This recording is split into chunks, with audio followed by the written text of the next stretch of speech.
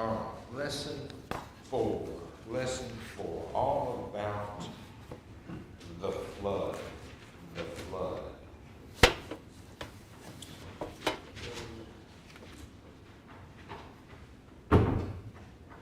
Genesis, beginning with chapter 6. So we have the beginning of the world, Adam and Eve. We have Adam and Eve obviously sinning and being removed from the garden because of that sin. We have Cain murdering his brother, Abel. Then we have Seth, who is now born, and it is said that now men have began again to call on the name of the Lord, looking to God for the answers of life. But Seth being born and being a man of God through his adulthood was not enough to prevent the world from utter chaos. And then we look to chapter 6. When men began to multiply on the face of the earth, daughters were born unto them. That the sons of God saw the daughters of men, that they were fair, and they took them wives of all which they chose. You see? So many times it is the wicked who influence the righteous to more wickedness, and not the other way around. What was special about Lamech? He had first 2 wives. That's right, Gloria. Lamech was the first one who said, I don't want to just choose one, I want 2. And so he had 2 wives instead of what God said, 1 man and 1 wife. Well, here we come to Genesis chapter 6, and what are now righteous men doing? They're following yet again after Lamech, not after God. And they're taking all of which they chose. Verse 3, and the Lord said, my spirit shall not always strive with man. God has a limit to his patience. What is that limit? I have no idea what that limit is. I'm not God. I don't have his mind. Right? No one knows what that limit is. But are you going to test the limit of God's patience? I would hope not. I hope I don't test the limits of God's patience. Because when his patience with me runs out, there's nowhere to hide, nowhere to go. And then that individual would have to deal with God's justice because of his anger that was provoked by sin. And that's what these individuals were doing. They were provoking God to anger through their sin. And he says, look, my patience is, and my forbearance in justice has now come to the full. And now I'm no longer going to be patient with man. For that, continue verse 3, for that he also is flesh, yet his days shall be 120 years. So, from when God is saying this, okay, when he is saying, okay, my patience is done, they have 120 years to get right. So from Genesis 6:3 until the flood was 120 years. So that's approximately what time it was going to be to take to build the ark. And God knew that. All right, wait. I always thought that was lifespan. Well, no, that's what I always thought was. That way you explained it makes sense. Right. That's not the lifespan. I could see where you would see that. Yeah. But what he is saying is not that he is now going to be 120. I mean, if we were 120, I don't know when, if that was his lifespan. Matter of fact, the lifespan was 70, actually. It was closer to 70 years, after the flood. So it was not 120. He's specifically saying here that in 120 years, that's the end of my judgment. So, in this context, that's the only way you can take that. That's not a human lifespan anymore. That's how long until the flood is going to occur. Okay, but I appreciate you bringing that up. So 120 years. Matter of fact, and by the way, y'all are not the only ones that have that question. Somebody else had that question I answered not too long ago either. So just keep that in mind. I appreciate that. All right, verse 4.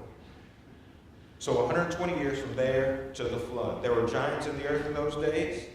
And also after that, when the sons of God came into the daughters of men, they bare children to them. The same became mighty men, which are of old, which men of renown. And so righteous individuals came into unrighteous individuals, and yet through their families, you have, men who founded cities, no doubt founded even perhaps miniature empires, whatever the case may be. They did great, wonderful things. Who knows all of the things that men built in that time, during that time. Who knows all of those things. But verse 5 says, God saw the wickedness of man, that it was great in the earth, and that every imagination of the thoughts of his heart was only evil continually. That's a pretty rough statement, is it not? That every thought of man was only evil continually. Every thought that they had was against fellow man and against God. They were then the most selfish generation of all generations of men. And we think that we're selfish today. They were very, very, very selfish in this time. One thing we do have to understand too during this time is there really were no governments at this time. It's kind of like, the judges period. Every man did that which was right in his own eyes. In those days there was no king. So every man did that which was right in his own eyes. Well, that basically this particular situation here too. No one had any more status than anybody else, except they, I guess enslaved them. And then one man might have status over another. But other than that situation, there really wasn't there was no judicial system and, some form of law. That really didn't exist, except the old kind of say, might makes right. So if you were the biggest and baddest, and of course there were giants in the land, that they kind of ruled, if you will. But that was all that there was. And so because of that, there was great evil all the time. And in verse 6 it says, and it repented the Lord. Now that doesn't mean that he needed to go forward and repent, does it? That doesn't mean that he sinned. It means, what does repentance mean? In its definition, what does it mean to do? It should change your mind. Yeah, it's not a sin to change your mind, is it? No, it is not. And so the Lord, he changed his mind on this. Well, maybe perhaps this was not a good idea here. Whatever the situation is, that he made man on the earth. But it grieved him at his heart. And so when we sin, does that hurt the Lord?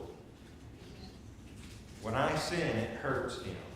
As a matter of fact, it is this situation that the person who has now come into the age of accountability, that's how we know that they have come into the age of accountability.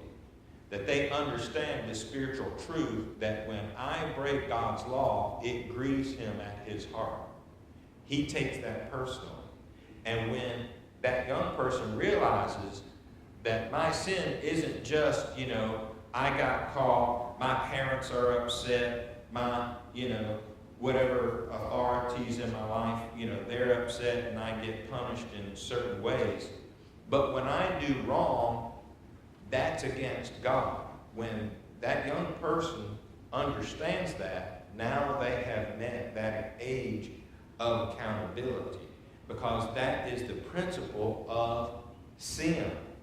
That when one violates God's law, it grieves him at his heart. Verse 7. Now that his justice is full, the Lord said, I will destroy man whom I have created from the face of the earth, both man and beast and creeping thing and the fowls of the air, for it repenteth me that I have made them. So essentially what God is saying is, I'm going to hit this massive red reset button. That's what he's doing.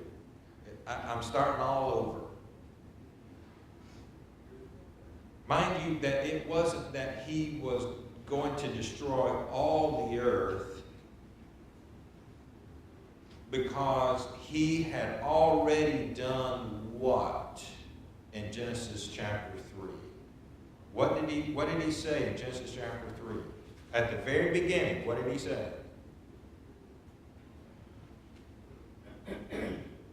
You have to pull this out of your own mind. Go ahead. You shall surely die. Okay, that was in chapter 2, but that's okay, that's correct. When they ate of that fruit of the tree of knowledge of good and evil, they were going to die. When they sinned, they died. That's true. That's not what I'm talking about. When at the beginning of chapter 3 was the temptation of all man. That is the case. That is also contained in chapter 3, but that's not God's concern. What is God concerned with? Why is he not going to utterly destroy man forever?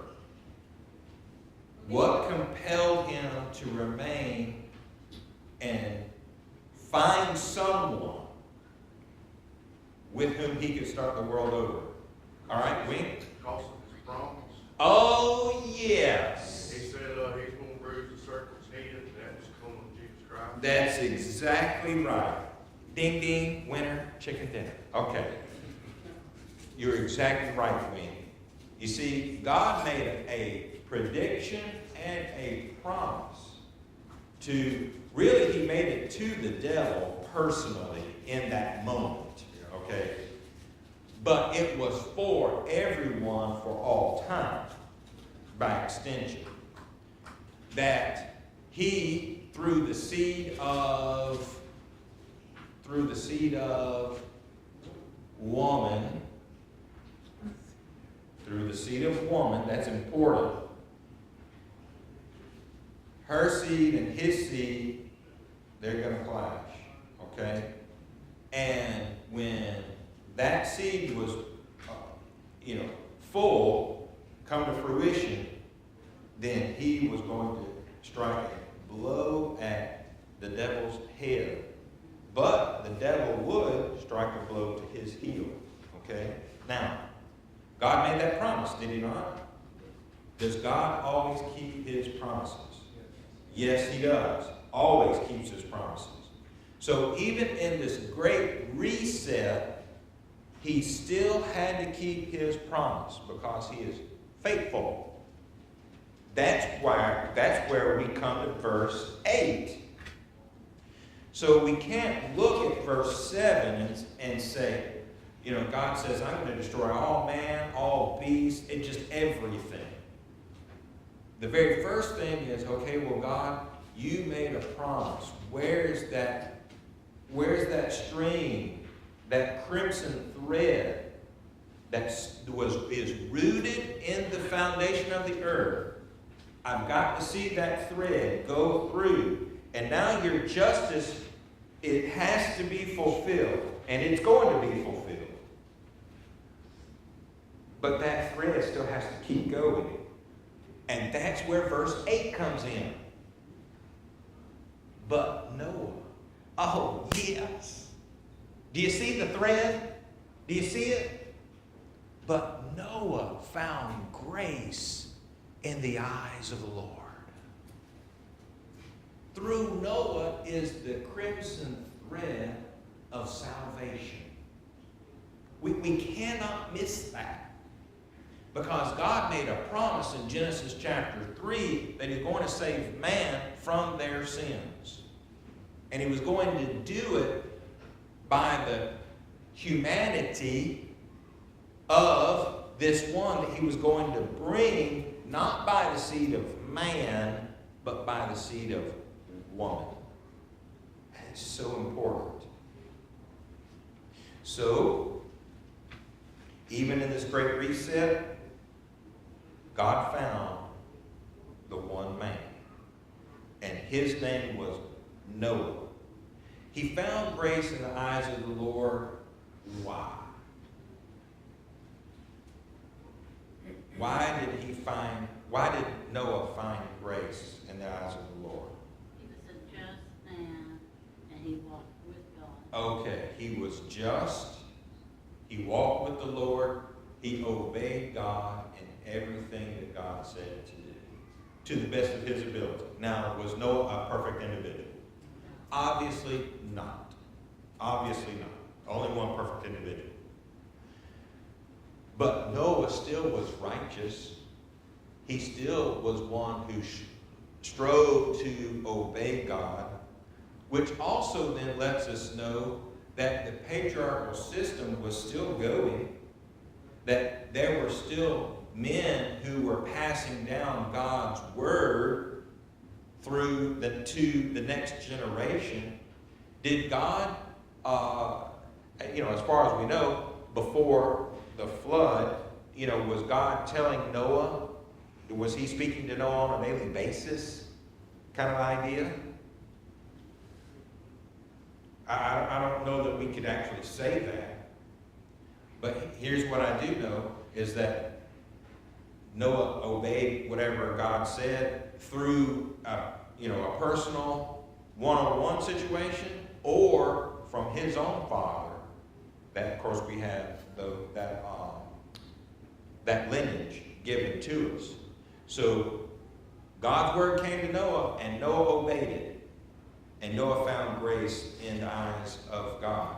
And then when God spoke to Noah about, this is what I'm going to do, you need to do this, what did God know about Noah? He would do it to the very letter, to the as Mom says, to the nth degree. That's exactly right. All right, go ahead. That would be the reason he spent 120 years to make the ark, because he was paying attention to every detail. In fact, God's instructions were quite detailed. That's exactly right, Ricardo. God knew that this is the amount of time it was going to take to get this structure built, and however few hands that was building it. And can you imagine that? Some parts of the boat were over 100 years old, and then other parts were brand new. That's how long it took to build that thing. That's something else. I don't know. This mind gets strange sometimes. Thinks about weird things. But it took that long to build it. So, obviously the bottom of that boat was over 100 years old when the flood came. Hopefully, maybe they didn't have any termites. Yeah, they didn't have termites.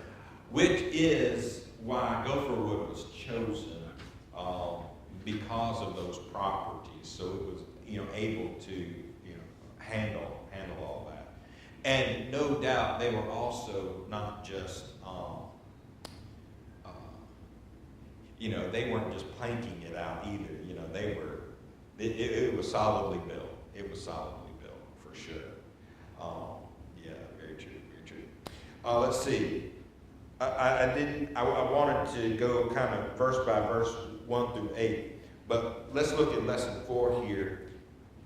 Back to our introductory thoughts. The wickedness of man became so great that it repented God that he had made man, and he decided to destroy man from off the face of the earth.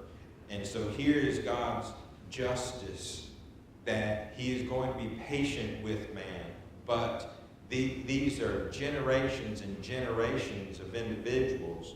Again, you know, there were a lot of people on the earth at this time. We're not just talking about, a few thousand. We're talking about even close up to 1 billion people. Okay? I mean, how many children did Eve have? Hundreds. How many children did her daughters have? Hundreds. And every generation, these ladies had many, many children. And then you get to, where you have this man having multiple wives. Well, guess what? These multiple wives are still having hundreds of children. And so, that's a lot of people. We already looked last week at when in 215 years, when the children of Israel were in Egypt, they went from just in 215 years, they went from 75, to about 1 to 2 million people in 215 years. This is a period of time of about 1,650 years. 1,650 years from Adam to Noah. And no doubt, they had more of a population explosion than even the children of Israel when they were in Egypt. Or at least equal. So, there were a lot of people on the face of the planet here. And God said, I'm going to destroy them. This section of the scriptures with the story of Sodom and Gomorrah prompts the question, do you think the wickedness of man today is as bad as it was back then? What do you think? Well, we haven't been destroyed yet, so I think We haven't been destroyed yet. Okay, that's a good point. Yeah, it's about the same. All right, Wayne? I think no, because now we got Christianity and we got laws. Okay. It stops a lot of people from doing a lot of stuff, but if you really turn humans loose, now let them do what you want to do, it will be really, really bad. Right. And I think our laws and our Christianity, that it ain't as bad as it was back then. Right. I definitely would have to, first of all, sin is sin, right? Yeah. Anytime there's sin, it's just always bad. So our world is always going to be shifted, if you will, evil. Now, I didn't say evil nature. That's not what I said. I said our world is shifted because of what the Lord said in Matthew 7, 13, 14. Are most people going to be saved or lost? Okay, lost. That's why I said that.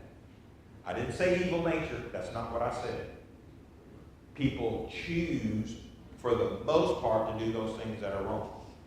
However, I would also agree with Wayne that because we do have government and laws, Romans chapter 13, that even as bad as it is today, it's still not as bad as it was in Noah's day.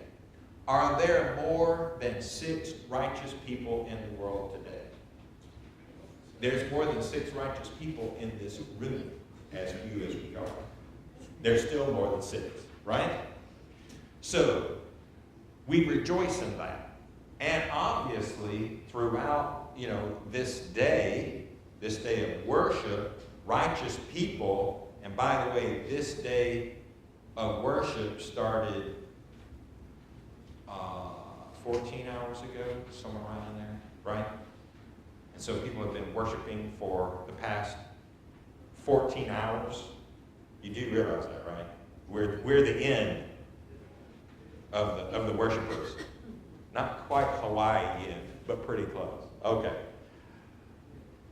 My point is that Christians have been coming together all around the globe, righteous individuals who I personally know Christians from New Zealand, Australia, Philippines, obviously, Taiwan, Japan, Korea. I don't know where China, I know Christians in China. So all of that, you see, they've been worshiping, those are righteous individuals all over the globe, even in very difficult, challenging circumstances, all right? Those are the ones that I just personally know, not the ones that I know I'm unaware, which are many more fold beyond that. Now, I also realize that we have over 8 billion people on the face of the planet, too. So it does seem like, that number is very, very small in comparison. But it's not 6, is it? It's not 6. I would much rather live today than back then. All right? Very much so. All right. Let's get into the ark itself. What are the dimensions of the ark? What are the dimensions? How long is it? 300 Cubits. All right, 300 cubits long. All right, how tall is it? 30. It is 30 cubits high, and how wide is it? 50 cubits wide. That's exactly right. So we got, if it's the 18-inch cubit, that's 450 feet long, that is 50 feet high, and 75 feet wide. All right? The Ark Experience Ark is the royal cubit, and I believe they did that at 22 inches. So they added 4 more inches per foot. So if you go out to the Ark Experience, they did the royal, what's called the royal cubit at 22 inches per foot, per cubit. Doesn't really matter, not really.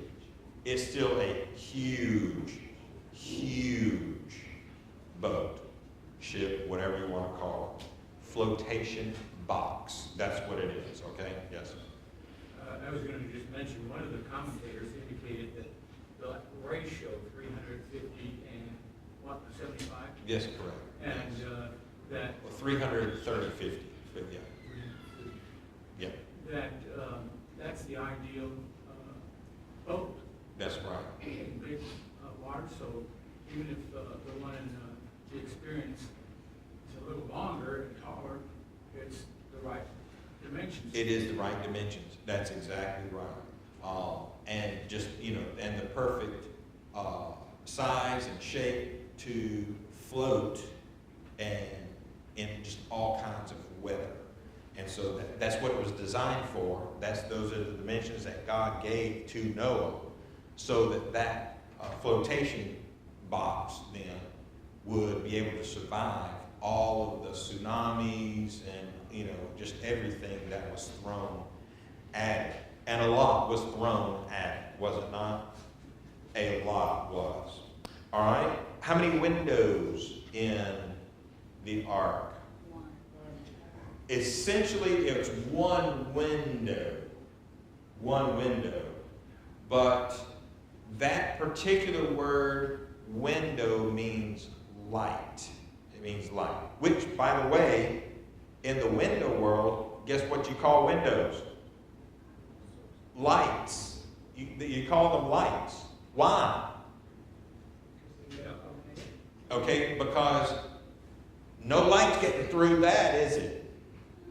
But when you put a window there, you let in light. So actually, a lot of times in the window world, those are called lights. When you put in a door, you know, the fancy kind, what are the two panels on the sides and the panel above the door? What are those called? You have side lights, and the top one is, somebody help me out. Anyway, whatever kind of light up there, right? That's what they're called.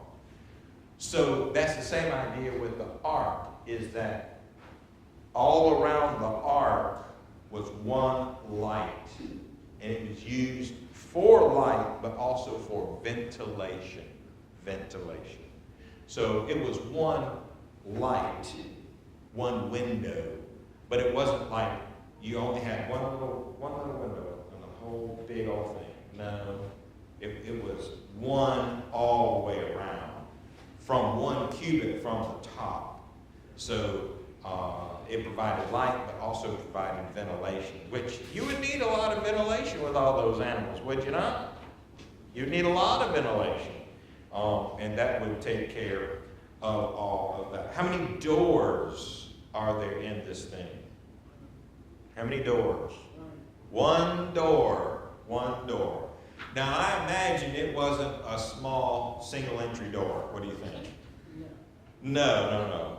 We're talking more along the lines of a nice sized, oversized barn doors here, are we not? And we're talking about a door so large that God Himself had to close it.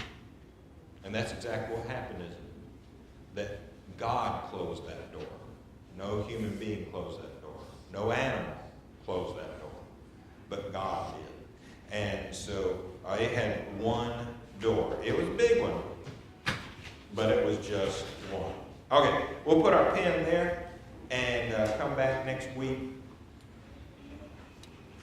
with number 2, and we'll talk about the actual flood itself and the raining and opening of the fountains of the deep, such as that. All right. Thank you very much for your kind attention, your participation this morning. We're going to take a break, and at the top of the hour, come back and worship our God.